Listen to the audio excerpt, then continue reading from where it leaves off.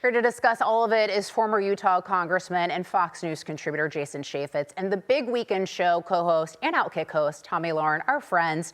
Tomi, Jason, great to see you both. Jason, I want to start with you because I'm looking at some of the latest Fox News polling. You have 85% of Americans believe that they have been hurt or have seen no difference by President Trump's economic policies. Now, he has told us that this is the hottest economy, but Americans just quite aren't feeling it yet. So why the disconnect, and will this affordability tour help? Well, to hear the Democrats say it, we're just one good tax increase away from prosperity, that we need more government. The government will solve your problems, small and big. Well, if that was the case, why did the economy and the inflation rate go up over 20% under Joe Biden over 4 years? The reality is, if you want your life better, you need less government spending. Government's the one that creates the problems. They're the ones that create inflation. So what Donald Trump is doing is getting government out of the way. He's enforcing the borders. He's enforcing the laws. He's doing other things to drive down the cost of goods in this country. But when you raise it 20% over 4 years with Biden, and then you start to drop the prices, such as fuel, it takes a little while to get there. But ultimately, at the end of the day, get government out of the way. It's got to be people like Marcus Lemonis and small business owners across the country that are going to build jobs. Government doesn't create jobs. People create jobs. I think Marcus was shaking his head yes Heck yeah. when you name dropped. So, Tomi, one of the things, and you and I have talked about this all the time, we have to acknowledge that there is an affordability problem in this country. But the Democrats have done a really good job with their ground game. If you were advising Republicans or President Trump before he goes on this rally, how would you have him modify his message, if at all?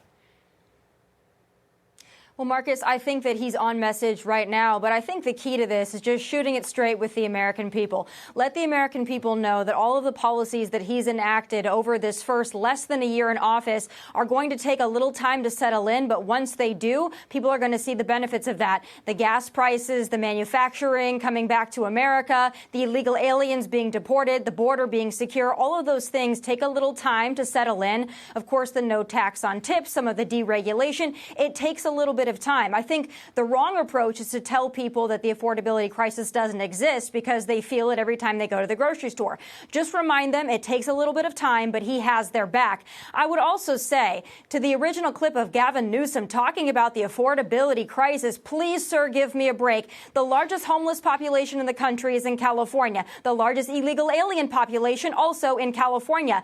The highest gas prices in California. The most regulation, the highest taxes when you look at that state. So when you're talking about affordability, Governor Newsom, please do not use your state as an example or a model, because it's the exact opposite of what we want to see for the rest of this country.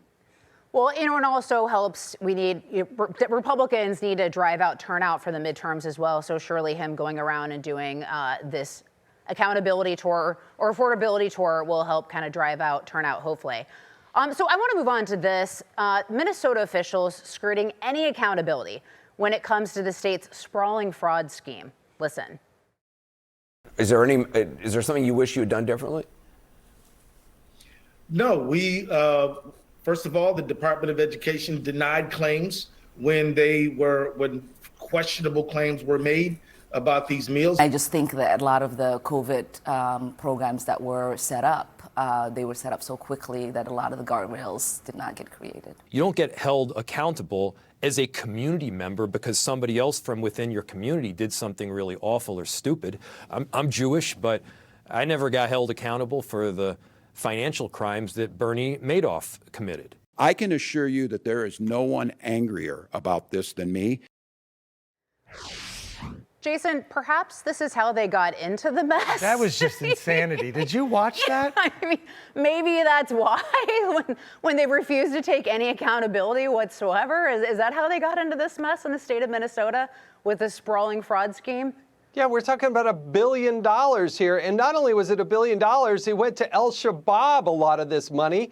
And it did so to fund terrorism around the world, to actually killing people. You have the Attorney General for the state of Minnesota saying, I wouldn't have changed anything.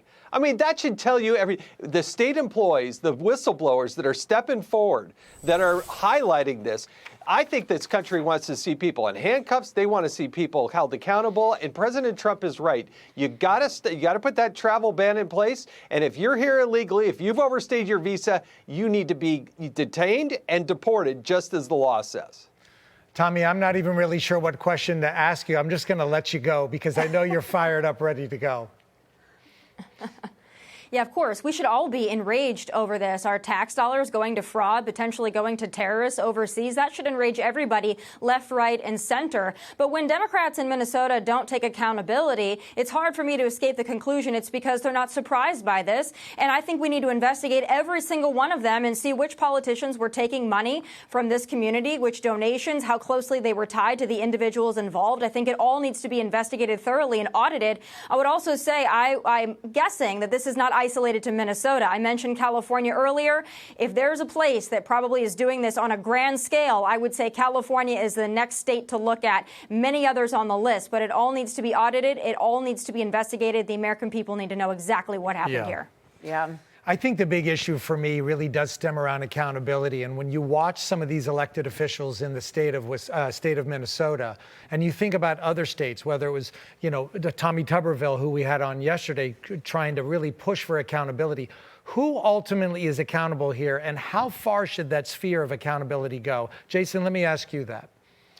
Look, that's why you have law enforcement and federal law enforcement to go after them. But it also, the people of Minnesota, the people of Minneapolis, they got to start looking in the mirror saying, why do we elect these people?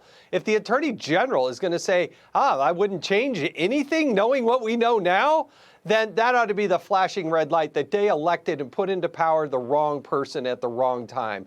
They have to also take some accountability because they elected these yahoos.